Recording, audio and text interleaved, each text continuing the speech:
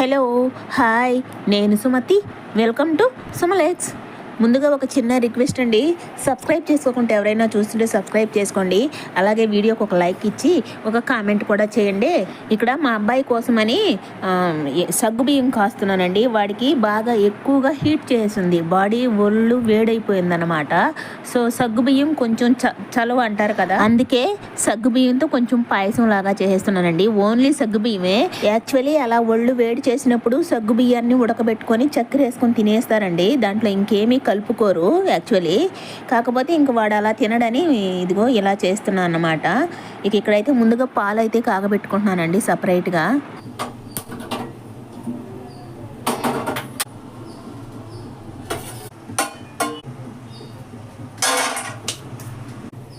పాలు కాగబెట్టి పక్కన పెట్టేశానండి. ఇదిగోండి, ఒక పక్క ఏమో ఆకుకూర ఫ్రై చేస్తున్నా, ఇంకొక పక్క కొద్దిగా నెయ్యి వేసి బాదం పప్పులు ఫ్రై చేస్తున్నానండి. జీడిపప్పు లేదు, జస్ట్ ఓన్లీ బాదం పప్పు వేస్తున్నాను అనమాట.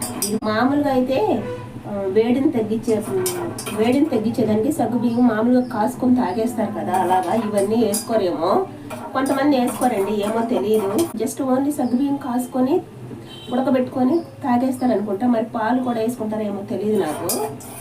ఏమో మరీ అలా చేయకుండా జస్ట్ కొద్దిగా ఇలా చేసామనుకోండి కొంచెం టేస్టీగా ఉంటుంది. ఓన్లీ సగ్గుబియ్యమే కదా, కొద్దిగా వేడిని కూడా తగ్గించేదానికి అవకాశం ఉంటుంది. అందుకే మామూలుగా కూడా సగ్గుబియ్యం నానబెట్టి ఉడకబెట్టేస్తారు, కానీ నేనైతే కొంచెం డిఫరెంట్గా చేస్తున్నా. సగ్గుబియ్యాన్ని కూడా కొంచెం నేతిలో ఫ్రై చేస్తానండి. అలా ఫ్రై చేసినప్పుడు కొంచెం పఫ్ఫుల్ లాగా వస్తాయి అన్నమాట. సో అలా వచ్చినప్పుడు ముందు వాటర్ వేసి ఉడకబెడతాను, పాలు తర్వాత పోస్తానండి. ఇలా మంచిగా మొక్కజొన్నలు వేస్తే పాప్కార్న్ లాగా పప్పడగా అవుతాయి చూడండి, అలా వేసి చూడండి. నెయ్యి కొంచెం తక్కువ వేసి ఫ్రై చేసిన అన్నమాట, కొంచెం అడుగంటుతున్నట్టున్నాయి. వాటర్ వేసేద్దాం.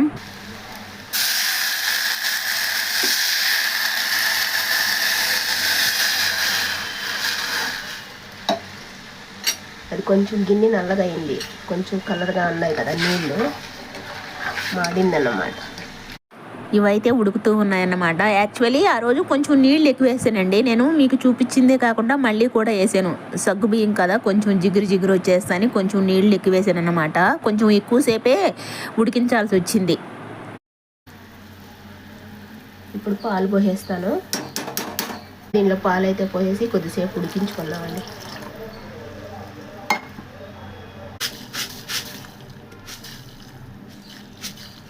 చక్కెర చూసుకుంటూ వేయాలి. యాక్చువల్లీ నేనైతే మామూలుగా ఎప్పుడైనా పాయసం చేస్తే ఎక్కువ బెల్లం పాయసం చేస్తానండి. ఆ బెల్లం కూడా వేడే కాబట్టి సో అందుకే చక్కెర వేసాను. అంటే వేడే అంటారు కదా, బెల్లం కూడా హెల్త్కి మంచిదే, కానీ బెల్లం వేడి అంటారు, అందుకే చక్కెర వేసాను. అయ్యో, ఈ పాలు విరిగిపోయినాయి. అంటే ఏమో మరి సగ్గుబియ్యంలో ఏదైనా ప్రాబ్లమో ఏమో, ఫ్రై చేసినప్పుడు నల్లగా ఉండింది కదా, సో దానివల్ల మరి ఎందుకో పాలు అయితే విరిగిపోయినాయండి.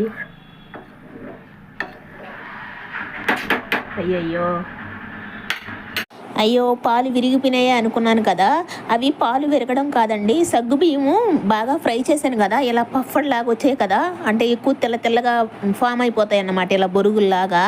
సో ఆ పైన తెలుపంతా ఇలా ఉడికేటప్పుడు విడిపోయి అది ఎక్కువగా ఇలా చెదిరైపోయింది అన్నమాట.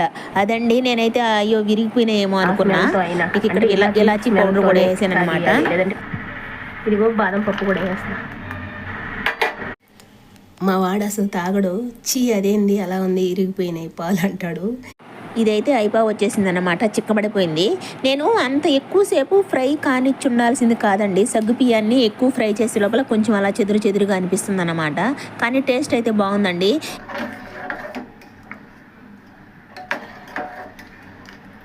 ఎక్కడో ఉన్నాయిలే సగ్గుబియ్యం, ఉన్నాయండి, ఆరితే ఇంకాస్త గట్టిగా వచ్చేస్తుంది అది.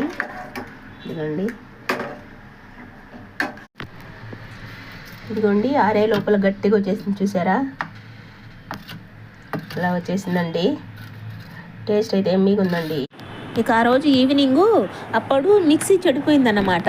దోశలేకో ఇడ్లీలేకో కానీ చట్నీ అయితే నూరుతున్నానండి. ఇది చట్నీకి అనమాట, దోశలోకి ఇడ్లీలోకి చట్నీ కోసమని. ఇదిగోండి ఇవన్నీ ఫ్రై చేసుకున్నాయి, పచ్చిమిర్చి అలాగే వేరుశెనగ గుళ్ళు అవన్నీ ఫ్రై చేసుకొని కరివేపాకు ఇదిగో కొంచెం వెల్లుల్లి సాల్ట్ వేసి దంచేస్తున్నాను అన్నమాట. రోట్లో వేసి చట్నీ దంచుతున్నాను. ఇదిగోండి పచ్చడి అయితే తిరగపోసానండి. ఇది కొంచెము లిక్విడ్గా ఉండిందనుకోండి, కొద్దిగా ఇది మెదగలేదు కదా సరిగా. సో ఇది ఇలా ఉంటేనే బాగుంటుంది. కొంచెం వాటరీ ఉంటే బాగోదన్నమాట, ఎందుకంటే తుక్కుగా అనిపిస్తుంది కదా. సో అలా ఇంకొంచెం వేసుకోవచ్చు వాటరు. సరే నేను వేయలేదండి, మంచిగా తిరగబోయేసాను అనమాట. దోశ కూడా వేస్తున్నా. అలాగే ఇదిగోండి దోశ కూడా వేస్తున్నా. ఇదేమో ఇంకొక రోజు అన్నమాట. ఆ రోజు లంచ్ ఇది లంచ్కి ఎగ్గు బంగాళాదుంప కలిసి కర్రీ చేసేస్తున్నానండి. ఇదిగోండి ఎగ్గు బంగాళాదుంప కర్రీ చేశాను అన్నమాట. వంకాయలు కూడా వేద్దాం అనుకున్నా కానీ వేయలేదు. అలాగే గుడ్లు కూడా 3 ఉన్నాయండి. మామూలుగా అసలు ఒక్కొక్కటి తిన్నట్టే ఉండదు నాకు. అట్లీస్ట్ 2 అన్నా తినాలి, కనీసం 2 అన్నా తినాలి. సో 3 గుడ్లే ఉన్నాయి. ఇక అవే వేసి ఒక 2-3 బంగాళాదుంపలు ఉన్నాయి, అవి వేసి చేశాను అన్నమాట.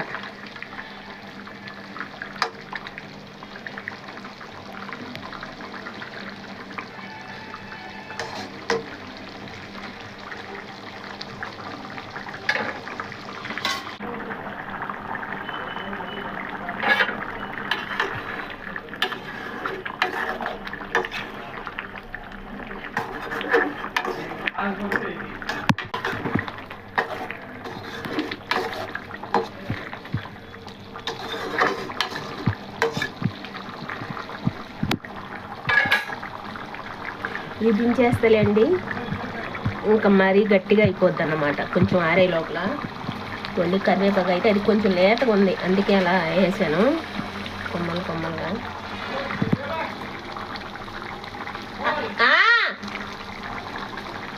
ఓయ్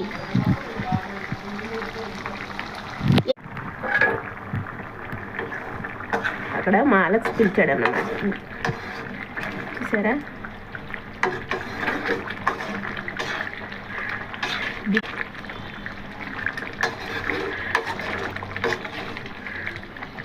దించేస్తాను. ఇది ఆరే లోపల ఇంకాస్త గట్టిగా అయిపోద్ది అన్నమాట, ఎందుకంటే బంగాళాదుంప కదా ఆల్రెడీ గట్టిగా వచ్చేసింది.